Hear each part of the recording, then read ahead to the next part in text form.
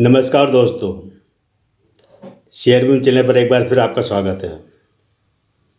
और आज मैं फिर आपके लिए हाजिर हूँ एक अच्छी कंपनी का शेयर लेकर, क्योंकि आपने ही मुझसे पूछा कि पोर्टफोलियो बनाने के लिए कोई अच्छे से शेयर बताऊँ मैं, जिसमें लॉन्ग टाइम इन्वेस्टमेंट कर सके। तो दोस्तों, शेयर मार्केट में करीब 5,500-6,000 कंपनियाँ लिस्टेड है, और उसमें उसमें से भी अच्छी कंपनी को ढूंढना एक चुनौती वाली बात होती है इसमें, क्योंकि जब तक कंपनी का डिटेल पता नहीं चलता हम ये नहीं कह सकते कंपनी अच्छी है या बुरी है। केवल शेयर की प्राइस देखकर हम अंदाज नहीं लगा सकते कि ये शेयर की प्राइस बहुत अच्छी है, महंगा है तो बहुत अच्छा होगा, ज़रूरी नहीं है। या सस्ता है तो बहुत बेकार होगा, ये भी ज़रूरी नहीं है।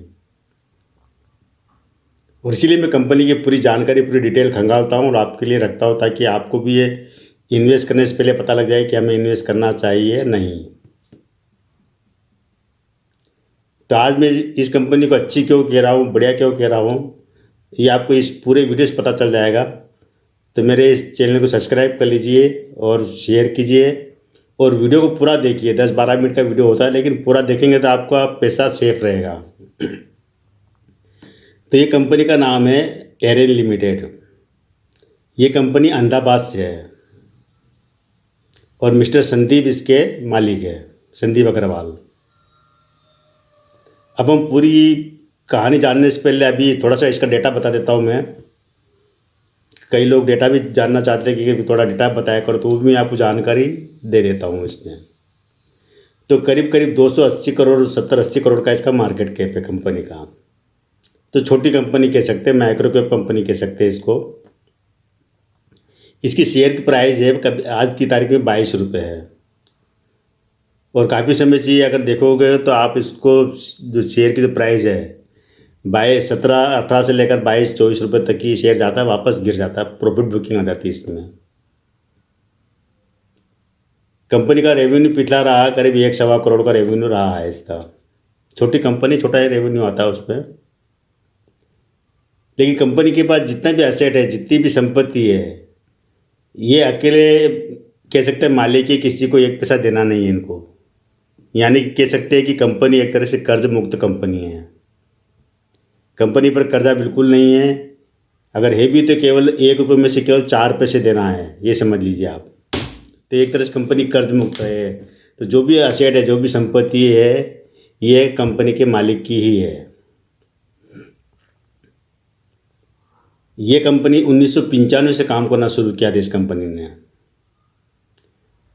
पहले इसका नाम था एरो कंप्यूटर कोचिंग क्लासेस। ये मैं पूरा इतिहास बाद में बताऊंगा मैं आपको, तो इसी वीडियो में बताऊंगा मैं। तो ये कंपनी 2017 में शेयर मार्केट में लिस्ट होती है। करीब करीब 45 रुपये इसका शेयर का प्राइस रखा था, और 10 रुपये फेस वैल्यू थी। उसी प्राइस पे लिस्ट होती है। बाद में इसको शेयर को, जो 10 रुपये फेस वैल्यू को घटाकर 2 रुपये कर दिया, यानी कि शेयर को 5 टुकड़ों में बांट दिया। मैंने आपको पहले ही वीडियो में बता चुका हूँ कि जब शेयर स्प्लिट होता है तो उसमें शेयरों की संख्या बढ़ जाती है और प्राइस उसकी उतनी गुना कम हो जाती है। तो वो भी, इसमें भी वही हुआ था। कंपनी ने एक शेयर पर एक शेयर बोनस दिया हुआ है। डिविडेंड की कंपनी की कोई हिस्ट्री मुझे मिली नहीं है। नई कंपनी का बिजनेस क्या है, ये बिजनेस अभी राजस्थान और गुजरात, पूरे गुजरात में इनका बिजनेस फैला हुआ है। कुछ एरिया एमपी का भी आता है, कुछ हरियाणा वगैरह का भी आता है। तो मैंने अभी आपको बताया था कंपनी की जो स्थापना शुरुआत हुई थी 1995 से, एक कोचिंग क्लास से, कंप्यूटर कोचिंग क्लास से। हमें पूरी हिस्ट्री जानना चाहिए, तभी मालूम पड़ेगा ना कि शेयर अच्छा है, कंपनी अच्छी है, बुरी है, ये तो क्यों है। तो ये कंपनी जो है, पिछले अगर आप देखो जाए तो साल दर साल, स्थापना होने से लेकर अब तक साल दर साल कंपनी ने आगे ही बढ़ी है। हालांकि स्लो लेवल में बढ़ी, लेकिन कंपनी आगे ही बढ़ी है, कभी पीछे नहीं हटी है। और ये एक सर्विस सेक्टर की कंपनी, सर्विस देने वाली कंपनी, जैसे इन्फोसिस है, टीसीएस है, विप्रो है, जितनी आईटी कंपनी होती है वो सर्विस देने वाली कंपनी है। उनका कोई प्रोडक्शन नहीं होता है, वो केवल सॉफ्टवेयर बनाती है, डिज़ाइन करती है, और कंपनी के लिए जो भी उनकी सर्विस देते हैं उनको पूरा डिजिटल नेटवर्किंग वगैरह बना के देती है। और लॉन्ग टाइम तक सर्विस देती है, वैसी ये कंपनी है। तो सर्विस सेक्टर की कंपनी में क्या होता है कि ज़्यादातर पैसा जब इनके पास बड़े बड़े क्लाइंट जुड़ते हैं तभी इनके साथ अच्छा पैसा जनरेट होता है। तो उसी सेक्टर की कंपनी है। इसके मालिक में अभी इसमें जो होल्डिंग देके जाए, शेयर की जो होल्डिंग देके जाए, तो मालिक के पास 72-72.5% होल्डिंग है, बाकी पब्लिक के पास है। इसमें FIS DIS की अपनी एंट्री नहीं है इसके अंदर। यानी कि मालिक के पास अच्छी खासी है, तो इसलिए कंपनी अच्छी है कि मालिक के पास 72-73% होल्डिंग है। तो इतनी होल्डिंग अच्छी मानी जाती है। 51% से ऊपर जितनी होल्डिंग होती है वो अच्छा माना जाता है। अच्छी है कंपनी, इसलिए अच्छी है। और कंपनी पर कर्जा नहीं है, तो इसलिए कंपनी अच्छी है। कंपनी का शेयर जरूर धीरे धीरे आगे बढ़ रहा है, कभी नीचे ऊपर नीचे होता रहता है, वो चलता रहता है। कंपनी में कोई बड़ी दिक्कत की बात नहीं है। तो कंपनी का जो बिजनेस स्टार्ट होता है, जब कोचिंग क्लास से स्टार्ट होता है, उस समय क्या होता है कि सरकार भी अपने कई क्षेत्रों को, चाहे BSNL है, बैंक है, स्कूल है, कॉलेज है, वहाँ पर डिजिटल उसका कंप्यूटर की शुरुआत करती। कंप्यूटराइज करना चाहती, मतलब कह सकते हैं एक तरह से। आपने अगर वो 95 का दौरा देखा हो तो आपको पता होगा कि उस समय कंप्यूटर आते थे, वो ब्लैक एंड वाइट स्क्रीन वाले होते थे, डब्बे नुमा। लेकिन वो भी बड़ी चीज़ होती, उनको भी समझना ये करना हर किसी के बस का नहीं होता था। तो सरकार ने क्या हुआ था कि स्कूलों में, बैंकों में और इनमें दूसरे विभाग में कंप्यूटर तो भेज दिए थे कि ताकि उनका काम, लेकिन दिक्कत कहाँ आ रही थी, कंप्यूटर कई दिनों तक वो डब्बों में ही पैक रहती थी, क्योंकि न तो उनको कोई चलाने वाला था, न कोई उनको असेंबल करने वाला, न ही कोई उनको सॉफ्टवेयर डिजाइन करने वाला, क्योंकि किसी पास नॉलेज ही नहीं था। तो उस समय ये जो कंपनी होती है एरन लिमिटेड, इसका बाद में नाम, पहले एरो था, एरो कंप्यूटर कोचिंग क्लासेस, बाद में इसका नाम बदलकर एरन लिमिटेड कर दिया है। ये कंपनी उनको सर्विस देती है। उन जहाँ कंप्यूटर उनको असेंबल करना, सॉफ्टवेयर डालना, उसको वहाँ के जो कर्मचारी होते हैं उनको ट्रेनिंग देना, कंप्यूटर की ट्रेनिंग देना, किस तरह से कंप्यूटर का यूज़ करते हैं। इसके साथ साथ ये बैंकों को एक कुछ चीज़ें से जो यूज़ किस तरह से हम कंप्यूटर का यूज़ कर सकते हैं, किस तरह से चीज़ को डिजिटल उसमें फॉर्मेट में बदल सकते हैं। तो जैसे बैंक में खाते खोलना, वो बताती है। चाहे बैंक में चेक वगैरह जो आते, चेक का पहले फिजिकल रूप में रखना पड़ता था चेक को कई समय तक, तो उसको ये डिजिटल रूप में फ्लॉपी में सेव करके चेक का नंबर वगैरह उस तरह से सेव करके देते थे, स्कैन करके फ़ोटो करके उसमें, ताकि वो एक फ्लॉपी के अंदर ही हज़ारों शेयर के मतलब ये जो चेक है, एक ही फ्लॉप में हज़ारों चेक हो जाते थे। इसी तरह कई सर्विस देने की साथ ये बैंकों से टाइप करते, बाद में बैंक में कई जो खाते खुलाने वाले जो छोटे खाते खुलते हैं ना, जो तो उस समय तो क्या होता है कि ये वो सर्विस भी ले रहे हैं, इनको मिल जाती है कि बैंक में भीड़ कम करने के लिए ये अपने वहीं से, मतलब काउंटर से ही, जिनको बैंक में खाते खुलवाना हो, पैसे निकालना हो, पैसे जमा करना हो, वो सर्विस शुरू कर, यानी ई सर्विस, बैंक के लिए ई सर्विस देना शुरू कर देती है कंपनी। ऐसे ही काम करती है दूरसंचार विभाग के लिए। दूरसंचार विभाग में उस समय टेलीफोन, मोबाइल का इतना दौर नहीं था, टेलीफोन नहीं चल रहे थे। टेलीफोन कनेक्शन के लिए काफ़ी लंबा टाइम लगता था, क्योंकि जो फॉर्म जमा करते थे, जो काफ़ी लंबा चौड़ा होता है, उसको भरने के बाद में उसका वेरिफिकेशन होता था, एड्रेस की वेरिफिकेशन करते थे, क्या जिसको कनेक्शन दे रहे वो आदमी सही है कि नहीं है। तो सारा तो वो काम क्या कि दूरसंचार विभाग के लिए बड़ा एक टेढ़ी खीर होता था उसको, और उस चक्कर में क्या क्या कि 6-6 महीने लग जाते थे एक एक कनेक्शन के लिए। तो उस काम को आसान कर देती है कंपनी। पूरे गुजरात के, एक दो घर नहीं, पूरे गुजरात के जो टेलीफोन कनेक्शन होता, सारा काम इनको मिल जाता है कि जो कस्टमर जो आते हैं वो फॉर्म जमा करते, एप्लीकेशन लगाते इनकी यहाँ पर, उसी को ये डिजिटल में करके पूरी उसकी कस्टमर की जो वेरीफाई करना, उसकी डिटेल जानकारी, एड्रेस वगैरह सब कुछ, वो जानकारी टेलीफोन विभाग, दूरसंचार विभाग को देते हैं, ताकि वो उसको यहाँ कनेक्शन जल्दी से जल्दी लगा सके। और ये काम आसान हो गया था, इससे कनेक्शन लगाने में बहुत जल्दी हो गया, कस्टमर को भी लिए आसान हो गया, क्योंकि जल्दी कनेक्शन मिलने लगे, और जो विभाग के लिए भी। इस तरह ही इन्होंने काम शुरू किया। तो देखते देखते इनका काम बढ़ते जाता है, इनके साथ क्लाइंट जुड़ते जाते हैं, नए नए तरह के। बाद में मोबाइल का युग आ जाता है। तो शुरुआत में मोबाइल का जो होता था, पोस्ट पेड होते थे, प्रीपेड तो बाद में आए थे।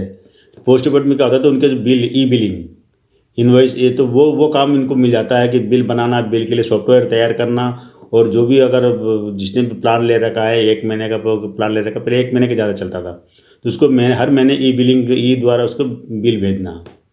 तो वो काम इनको मिल जाता है टेलीफोन कंपनियों का इनका।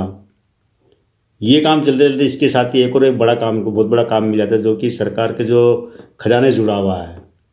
आपको एक घटना का भी जिक्र करो। ये घटना घटती है कि जो एक तेलगी जी होते थे, तेलगी जी, जो हर्षद मेहता सभी की बात है, तो उन्होंने क्या करा था कि हमारे देश में जो स्टाम्प पेपर है, तो स्टाम्प पेपर का क्या है कि कोई केंद्रीकरण नहीं था। जो वेंडर होते थे, वेंडर खरीद के लाते थे, ट्रेजरी से उसको बेचते थे, उसी आधार पर जो प्रॉपर्टी के सौदे वगैरह होते थे और उसके जो रजिस्ट्री वगैरह होती थी, तो उसी स्टाम्प को उसी प्राइस में, जैसे अगर 25,000 की रजिस्ट्री तो 25,000 का स्टाम्प पेपर खरीदना पड़ता था।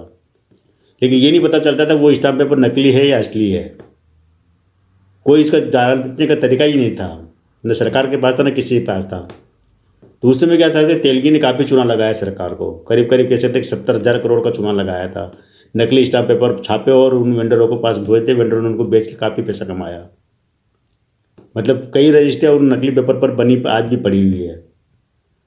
तो वो नकली स्टाम्प पेपर का इतना बड़ा घोटाला आया था देश में, सबसे बड़ा, इसमें कई राजनीतिक दल नेता भी फंस चुके थे इसमें। एक मामूली से 8वीं पास व्यक्ति था तेलगी, उसने बड़ा कारनामा कर दिया कहा था। तो उसके बाद में सरकार सतर्क हो जाती है। सरकार चाहती है कि भाई जितने भी ये हो जो स्टाम्प पेपर है इसको डिजिटल कर दिया जाए, ताकि जो भी पैसा जमा करेगा, स्टाम्प पेपर खरीदेगा, उसी स्टाम्प पेपर को बाद में, मतलब पूरे जो सरकार के जितने भी जहाँ पे स्टाम्प पेपर से रिलेटेड होते हैं सबके पास जानकारी ऑनलाइन पहुँच जाएगी। मतलब आपने अगर 50 रुपया 100 रुपये का स्टाम्प पेपर लिया है, आप पैसा जमा करोगे, आपको स्टाम्प पेपर की रसीद मिल जाएगी, लेकिन आपका पैसा जो जमा हो वो सरकार तक वहाँ तक पहुँच जाएगा जहाँ आपका काम होना है।